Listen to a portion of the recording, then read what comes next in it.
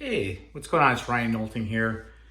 Talking album reviews, talking last night's Grammys. The Grammy Awards is an American show. It's been around since the early 60s and has honored the best of what not only the United States can do, but the world can do in music. And, I guess it's been taken fairly seriously for a long time. And, the crown jewel of that award show is the last award of the night, which is given to the album of the year. The album of the year is for an entire calendar year the best record that can be produced. And Harry Styles wins for Harry's House. And I'd heard a couple of songs off it. I think I heard it As It Was, and it was okay. So today, I would listen to the record. And I wasn't going to do a review after listening to the record because it was so disappointing. But then realized, I'm going to talk about this and talk about maybe why these things get exalted to being great when they're not great. And this is not a great record. This is Harry Styles' third record. He signed a deal with Columbia, a huge record company, home of Bob Dylan, home of Ray Charles.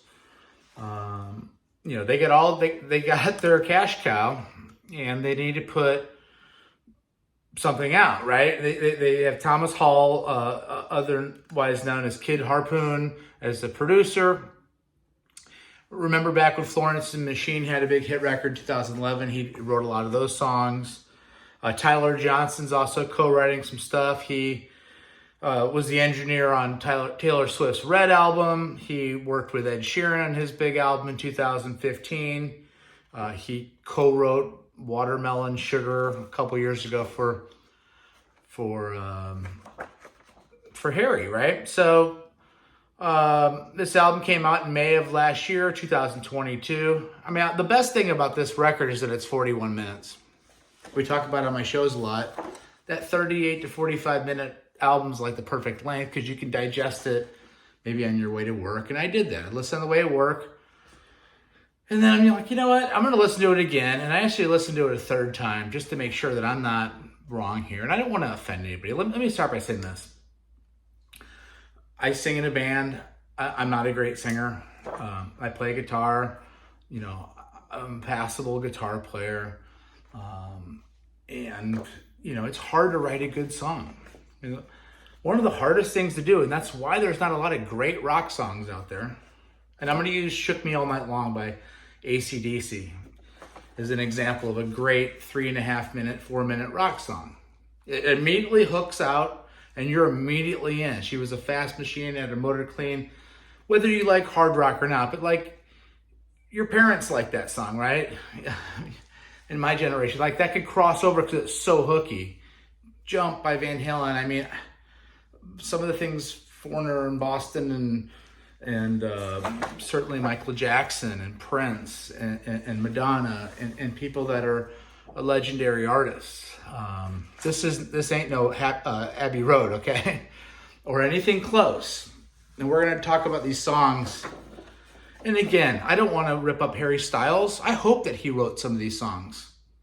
I hope it's just not Columbia in the industry saying that he needs to have a co-write, because he has a co-write on every one of these songs. And I hope that he did write these, because I hope those other guys didn't as much, because this is weak material. And again, I've written probably 120 songs and about 4 or 5 or 6 of them are any good. And that's just being honest, because it's hard to do that. It's hard to write a good hooky song that is memorable enough to be good. This won a Grammy for Best Album. And again, I don't want to even give credence to the Grammys, but it's on TV, and freaking Stevie Wonder was cool enough to show up, and Smokey, and okay, 41 minutes, thank God. I don't have to listen. And by the way, I'll never listen to this again. Music for a Sushi Restaurant. Nice keys in the beginning, right? I like the horns in the hook. Okay, maybe Tyler or Kid Harpoon had to do that. It's nice to have that kind of retro horns thing. Scuba dooba dooba doo. Whatever he says there is kind of funny, but shuba dooba dooba boo. I don't know. It's passable enough to open up the album. Late Night Talking, average with a capital A. Song in G minor 7th. Yeah, it's all in 7ths. It's okay. Grape Juice. I dig the first 6 seconds. There's like a cool effect on the music, and then it's music that's for a world that's starved for good music. So we're liking this. I mean, I guess people like this because there's not a lot of good music out there, right? There's not a lot of good music out there to like. It's something that's tangible and you can understand the lyrics. I guess we like that. I guess people like that because they like Harry. They like to look at Harry, I guess. It's a passable song. The next song I like. Grape Juice. It's not terrible. I like As It Was. I think that's a good, solid pop song. Like the keys. I like that atmospheric synth. Even like the auto-tuned vocals. By the way, that sushi restaurant, the auto-tuning in that is just, I mean, it's ridiculous. As It Was, probably the best song on the album. I have 2 songs circled on this album that I think are good. And again, I'm not an authority on what's good. And I don't want to do that, but I'm not going to let this moment in history pass by because this is the worst album that's ever been awarded this prestigious award.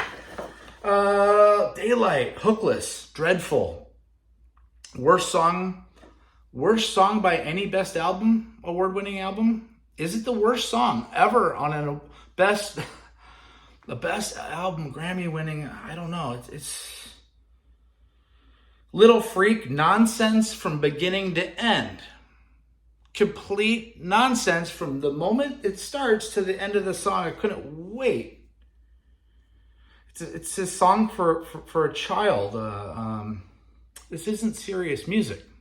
Okay, and this is big entry-level chord changes, entry-level hooks or attempts at hooks. Okay, Matilda. Very cool guitar harmonics, kind of an acoustic song. Again, but hookless. The One Direction is directionless. Straight to the skip button. Cinema. At least this one has a beat. It's a weak beat, but it's got a beat. Who is being moved by this music? I want to understand who is being moved. Now, I'm not talking about dance floor because you can't dance to this album, I don't think, at all. Not that dancing's everything.